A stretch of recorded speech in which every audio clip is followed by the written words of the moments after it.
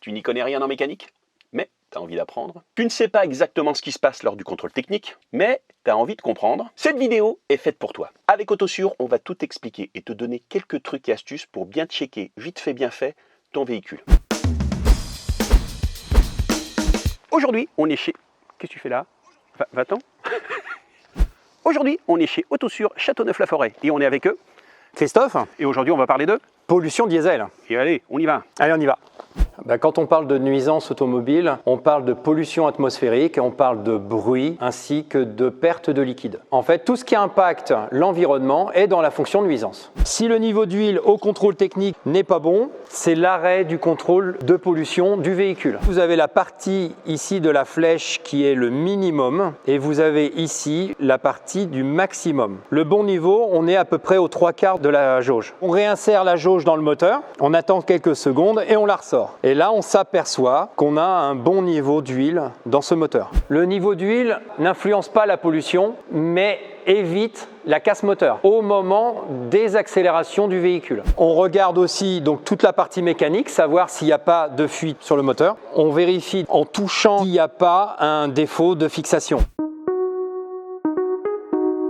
Qui dit pollution dit aussi bien gaz d'échappement que liquide. Donc là, on vérifie qu'il n'y ait pas de liquide autre que de l'eau qui puisse suinter du moteur, donc les huiles, le liquide de refroidissement et le lave-glace. Et là, actuellement, il n'y a aucune fuite. Donc après, on contrôle l'étanchéité de la ligne d'échappement. Pas de trous, pas de fissures. On vérifie qu'elle soit bien fixée. On vérifie qu'il n'y ait pas de bruit dans le FAP, filtre antiparticules. On vérifie que toutes les liaisons sont bonnes et qu'il n'y ait pas de vibration. S'il y a un trou ou s'il y a une fuite, ou si c'est mal fixé, c'est une défaillance majeure. Sur ce véhicule-là, qui est un véhicule assez récent, on a une étiquette dans la partie moteur. Alors ce chiffre, c'est le coefficient d'absorption de la lumière. C'est ce que mesure l'opacimètre.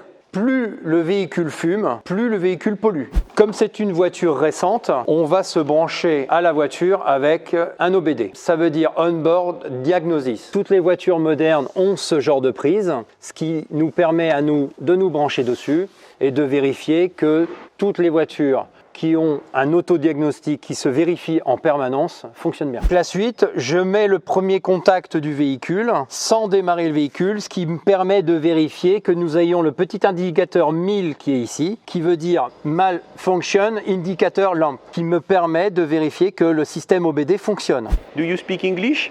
A little. Au premier démarrage, il doit s'éteindre. Donc là, il vient de s'éteindre, donc le système fonctionne. S'il reste allumé, c'est qu'il y a un défaut dans le calculateur signalé par l'ordinateur de bord. Là, on va passer à la partie émissions gazeuses du véhicule, qui est le contrôle pollution des diesels. Je vais signaler à l'ordinateur que le témoin 1000, au moment du démarrage du véhicule, c'est éteint. L'ordinateur me demande par quel moyen je vais prendre le régime moteur du véhicule.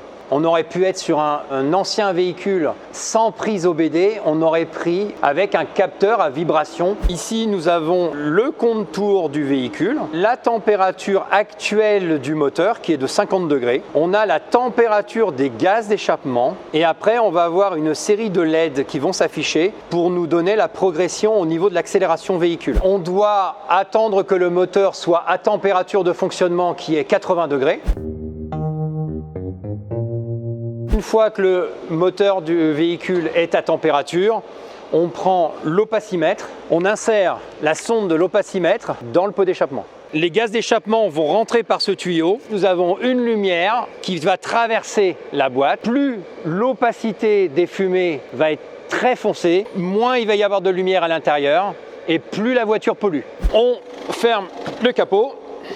On va avoir ici 3 LED qui vont nous signaler la progression de l'accélération. Il y aura au minimum 2 accélérations et au maximum, il y en aura 7. Si le véhicule ne pollue pas, en 2 accélérations, la machine va nous dire que c'est bon. Si on n'est pas en dessous du seuil, on a le droit encore à 5 essais. Si ça ne passe pas, ce sera une défaillance majeure, ce sera en contre-visite. Donc là, la machine nous demande la première accélération. Et là, elle nous demande de revenir au ralenti. Une deuxième accélération. et de revenir au ralenti. Suite aux 2 accélérations que j'ai faites, la machine a validé véhicule conforme. Dans cette première partie, on a le résultat des tests sur le calculateur avec l'OBD, avec 0 code erreur. Après, on a une deuxième partie qui est le test de pollution opacité. Nous sommes en dessous du seuil défini pour un Euro 6. Le véhicule est un véhicule conforme, moins de 0,10. C'est même plutôt très bien. Là, on a terminé la pollution pour un véhicule diesel. Merci.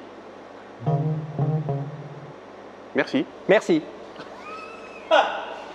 Vous saviez que vous n'êtes pas obligé d'attendre la visite périodique pour contrôler votre véhicule? Vous pouvez faire ce qu'on appelle un contrôle technique volontaire. Je m'explique. Comme son nom l'indique, c'est une visite volontaire. Vous pouvez faire contrôler à tout moment l'ensemble de votre véhicule ou seulement une partie. Par exemple, si vous avez un doute sur l'état de vos freins, Autosure peut effectuer tous les points de contrôle qui concernent le freinage. Et là, tu vas me dire, pourquoi aller dans un centre de contrôle technique et pas ailleurs? Tout simplement, si vous avez un doute sur l'état de votre véhicule, vous allez aller dans un centre de contrôle technique qui utilise du matériel très précis, mais aussi et surtout, vous aurez l'avis impartial d'un professionnel. Impartial. À l'issue des tests, on vous dira si tout fonctionne à merveille ou s'il y a des petites choses à revoir. Pour finir, ce n'est pas parce que vous faites un contrôle technique volontaire que ça va remettre en cause la vignette collée sur votre pare-brise. Non. Il n'y a pas de contre-visite. Si vous souhaitez plus d'informations, tout est dans le descriptif de cette vidéo. Et si vous avez des questions, n'hésitez pas à les poser en commentaire juste sous cette vidéo. Et n'oubliez pas, il y a toujours un Autosure près de chez vous.